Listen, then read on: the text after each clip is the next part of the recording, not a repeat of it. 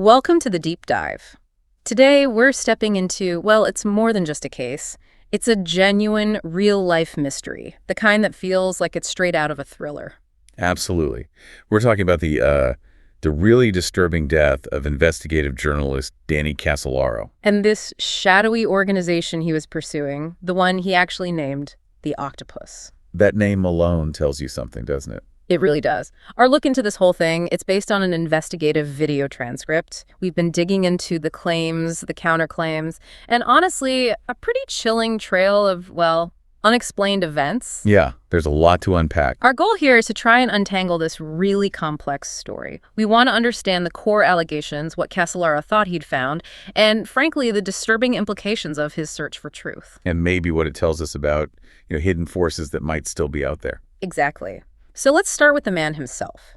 Joseph Daniel Casolaro, or Danny, as most people knew him. Right. He came from a pretty well-off family in McLean, Virginia. A freelance writer. He'd done some journalism earlier on, then worked in computer trade publications for a bit. But in early 1990, he jumped back into investigative journalism. Really threw himself into it. And that's when everything changed for him. Took a fatal turn. Fast forward to August 10th, 1991, Martinsburg, West Virginia. Danny Casolaro is found dead in a hotel bathtub at the Sheraton. The scene sounds horrific. Naked, wrists slashed deeply, multiple times. Yeah, 3 or 4 times on the right wrist, 7 or 8 on the left. Just awful. They said blood was everywhere, walls, floor. The housekeeper who found him apparently fainted. And the official ruling came down pretty quickly, didn't it? It did. Suicide. But that didn't sit right with everyone. Not at all. His family immediately pushed back. Hard. They just didn't buy it. And he'd given them reason not to, hadn't he? He absolutely had. Just days before, he told his family he was being harassed, that people were stalking him. And he specifically said, if anything happens to me in Martinsburg, it is not an accident. That's a pretty direct warning. And then there's this personal detail that just makes the whole suicide narrative even harder to swallow. You mean the blood thing? Exactly.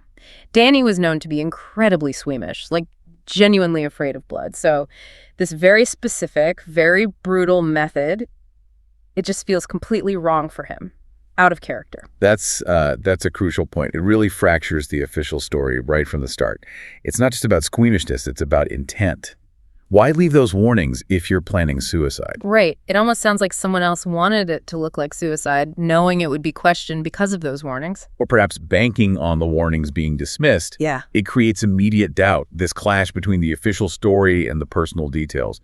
You see that a lot in these really complex, perplexing cases. It does force you to ask the big questions, like why was he in Martinsburg? What was so important, so dangerous that it could lead to this? It all started with a tip, right? About a software company. Yeah, a friend suggested he look into a scandal involving software made by a company called NSLA, just that one lead. And that opened the floodgates. It really did. That path led him straight to what he started calling the Octopus. This secret global syndicate he believed was pulling strings behind the scenes. And his idea of the octopus wasn't small scale. Not at all. He saw it as this huge international cabal involved in, well, everything. Political intrigue, spying, weapons tech, biotoxins, drug running, money laundering, even murder. He actually wrote about it in his notes. He did. We looked at them. He described it like this. They are not government officials, but their tentacles can reach into any part of the government. Not notable industrialists, but they can pull the strings of the oil and banking empires.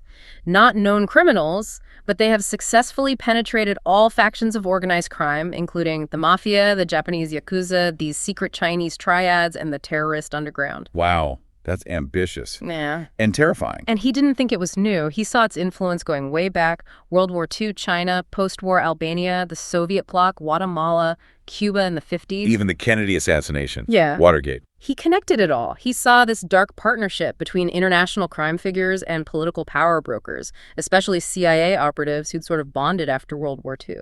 Looking at that, it seems like Casolaro was trying to synthesize all these huge, seemingly unconnected global events, trying to find one single, overarching conspiracy behind it all. Like a grand unified theory of corruption. Exactly.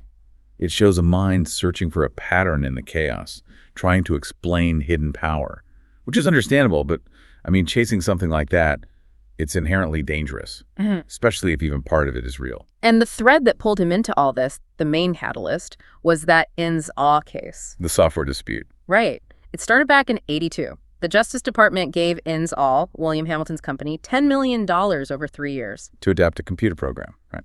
Not process. Yeah, PROMIS Prosecutors Management Information System. It was supposed to help U.S. attorneys track criminal cases. Pretty revolutionary stuff for the early '80s. But the government didn't pay up in the end. Nope. Inns-Awe delivered the software, but the government stopped payments, still owing about $2 million. So Inns-Awe sued. Okay, a contract dispute. But then it gets weirder. A lot weirder. This is where a guy named Michael Riconoscito enters the picture. He contacts William Hamilton, the owner of Inns-Awe. And he has a story to tell. A huge one. He claims there was a government conspiracy to actually steal the PROMIS software. He says the government gave it to another guy, Earl Bryan, and then modified it. Modified how? To create a back door. Basically, a secret way for the government to spy on anyone using the software, to get into their files without them knowing. A backdoor in the early 80s. That's actually quite advanced thinking for the time. And alarming. Very. And Riconoscito claimed this modified software wasn't just used domestically. He said it was sold or given to about 88 countries. Including allies. Yeah, big ones. Great Britain, South Korea, Japan, Canada. He listed quite a few. So the implication is widespread international espionage built right into the software. And he also claimed the money made from selling this bugged software was then used to fund other secret covert operations. The whole concept of a software backdoor back then, I mean, we talk about cyber vulnerabilities all the time, but in the early 80s, implanting spy capability into software sold internationally, that's a massive claim. It really is. It touches on huge themes of illicit surveillance, government overreach, control, long before the internet made these common concerns. It suggests a level of, clandestine ambition and technical foresight that's genuinely disturbing if true. And Riconoscito's claims got even more specific, pointing to a particular place. The Cabazon Indian Reservation near Indio, California. Why there? He claimed that's where the PROMIS software was modified. It's sovereign territory, you see, so U.S. law enforcement jurisdiction could be complicated, a good place for off-the-books work. Makes sense, in a dark way. Yeah. And he worked there. He said he worked on weapons programs there for the Wackenhut Corporation. Wackenhut. Yeah. Private security firm. That's the one. And then things get really grim on the reservation. In 1981, 3 bodies are found, executed. One was a Cabazon tribal leader who'd apparently been critical of Wackenhut's activities. Okay, that's bad. It gets worse. 1982, another worker connected to the reservation is found dead in his condo. Hogtied, strangled. Jesus. And Fred Alvarez, he was the vice chairman of the Cabazon band, shot dead in 1981. His family claimed he was about to expose a business deal between Wackenhut and the Cabazon manager, John Philip Nichols. What kind of deal? To form a company called Cabazon Arms and one of the alleged projects. Related to PROMIS, this whole place sounds like a nexus of shady operations and, well, violence. Certainly paints a picture. A very disturbing one. And Riconoscito didn't stop there. He linked the PROMIS software payoff to Earl Bryan to something even bigger. What was that? The October surprise. He claimed a government official hired both him and Bryan back in 1980. To do what? To help make the October surprise happen. The theory, that the Reagan campaign secretly bribed Iran, supposedly $40 million, not to release the American hostages until after the election, to make sure Carter lost. Right, the October surprise theory. That's been around a long time. It has. And we absolutely have to state here, Congress investigated this theory thoroughly and concluded it is not believed to have ever happened. Okay, that's important context. Officially debunked. But for Casolaro's investigation and for Riconoscito's claims, it was a key piece. He insisted it was true. And what happened when Riconoscito started talking about all this, giving Hamilton this information? The consequences were fast and severe. Within 8 days of going on record with Hamilton, Riconoscito was arrested. On what charges? Possession, distribution, and intent to manufacture meth. Charges he claimed were completely fabricated, designed purely to shut him up. This really does raise that classic troubling question, doesn't it? How often do people who come forward with potentially explosive information, especially against powerful interests, suddenly find themselves facing serious legal problems or other huge disruptions? It's a pattern you see alleged time and again. It's an effective way to discredit someone or just silence them, a terrifying prospect for whistleblowers. And Riconoscito's arrest, That wasn't the end of the story for people connected to this, was it? Not even close. It was almost like a grim opening act. An alarming number of suspicious deaths started piling up around the NSLA case. Haiku. Well, Riconosciuto's own attorney was later shot and killed in his car in Philadelphia. It was ruled a suicide, but people close to him strongly disputed that. Okay. Then there's Ian Spiro. In 1992, he allegedly murdered his wife and 3 daughters. Then, days later, he was found dead from cyanide poisoning. A murder-suicide. That was the initial take, but later investigations apparently suggested a high percentage chance of organized and well-planned foul play. And Spiro wasn't just anybody. He reportedly had ties to U.S. and British intelligence.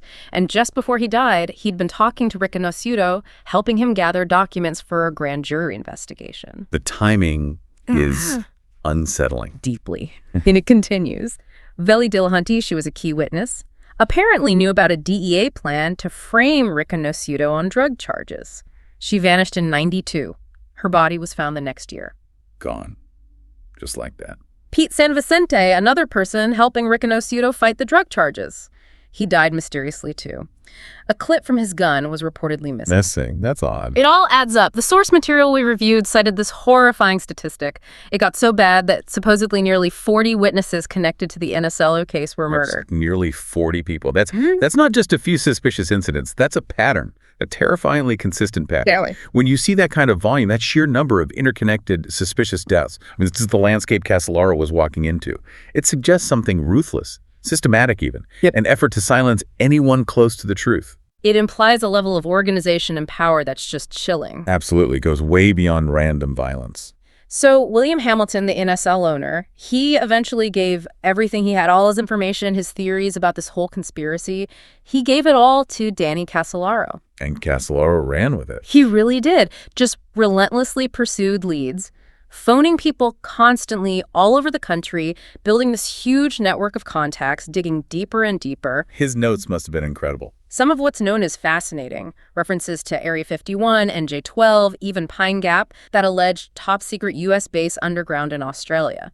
Places that fit right into his theory of a hidden, powerful network. All the classic Black Ops location. Pretty much. He pulled all his findings together into a book proposal. The title was Behold a Pale Horse. A biblical reference. Apocalyptic. Fits the theme, right? Yeah. But as he got closer, or thought he was getting closer, the warnings started. From who? Some of his own contacts, people supposedly within U.S. intelligence, they warned him directly. Some of the leads he was chasing could be fatal. Wow.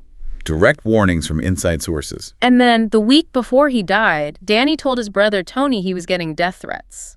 Frequently. And he repeated that warning. If I die, don't believe it was an accident.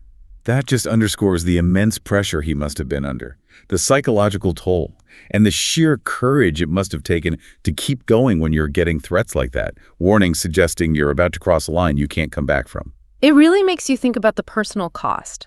When does chasing the truth basically become signing your own death warrant? And what does that say about the secrets being protected? A terrifying thought.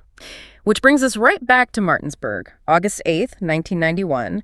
Danny Casolaro checks into the Sheraton Hotel. He has several briefcases with him. Ready for the final act, he thought. He believes so. He told people he was planning to meet key informants, finally wrap up his investigation. He thought he was zeroing in on the Octopus's finances. He expected a new contact to give him crucial proof, maybe even IRS printouts on certain people. Did he meet anyone? The day before he died, yes. He met a man named William Turner. Turner used to work for a major defense contractor. Apparently, he gave Danny some paperwork. Documents detailing corruption that Casolaro believed connected directly back to the Octopus. It's a smoking gun, potentially. Or so Casolaro might have thought. But here's the thing. After Danny died, those papers from Turner, gone. Vanished from the hotel room. Along with many of his own notes. Exactly. His briefcases were there, but key documents, including Turner's papers and much of his recent work, were missing. So the room wasn't entirely untouched. The documents were gone, but the scene itself, apart from the blood, was described as clean and orderly. Police found an empty beer can, a couple of trash bags, and that single-edged razor blade under his body. A half-empty wine bottle nearby. And the note. There was a note. There was. On a torn page from a legal pad left on the desk, it read, "To those who I love the most, please forgive me for the worst possible thing I could have done most of all. I'm sorry to my son. I know deep down inside that God will let me in. That sounds like a suicide note. It does. And based on that note, the lack of struggle signs, no forced entry, the alcohol, the police pretty quickly ruled as a suicide. But they did something unusual afterwards, didn't they? Extremely unusual. They had his body embalmed before they even notified his family. That seems premature. Especially given the family's later objections. Right. And even the FBI's own investigation later on seemed to raise questions. They contradicted the local police's suggestion that maybe he did it over money problems. What'd the FBI find? People they interviewed said Casolaro wouldn't kill himself over money. He was from a wealthy background, could always borrow if needed. Plus, he was apparently upbeat. Planning a birthday party, told his family recently he was extremely happy because he felt he was close to cracking the case. So his mood didn't match suicide. Didn't seem to. Even some members of the FBI task force reportedly questioned the suicide ruling internally and thought it needed more investigation. And then there's the funeral, the final strange detail. Yeah, this is really haunting. At Casolaro's funeral, a limousine pulls up. Out gets a U.S. Army military officer, high-ranking, in full-dress uniform, with another unidentified man. What did they do? The officer walks up to the coffin, places a medal on it, and salutes. Then they just left. No one knew who they were, never identified. A medal? What kind of medal? Why?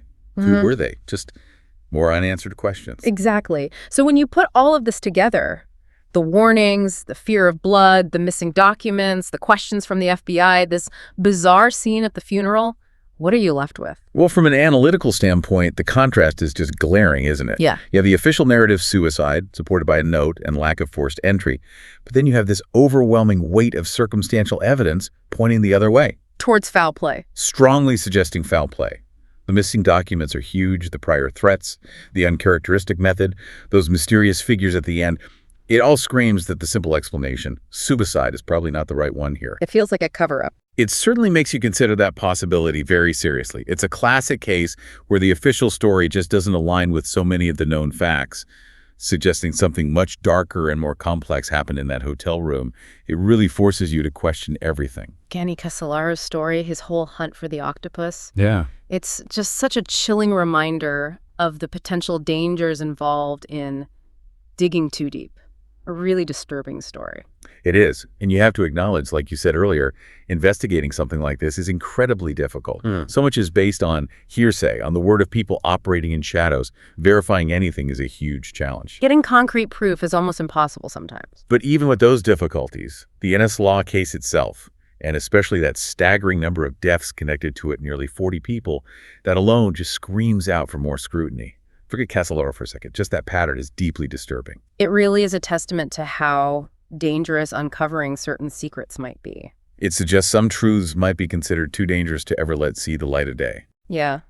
Ultimately, Danny Casolaro's story makes us face these really uncomfortable possibilities.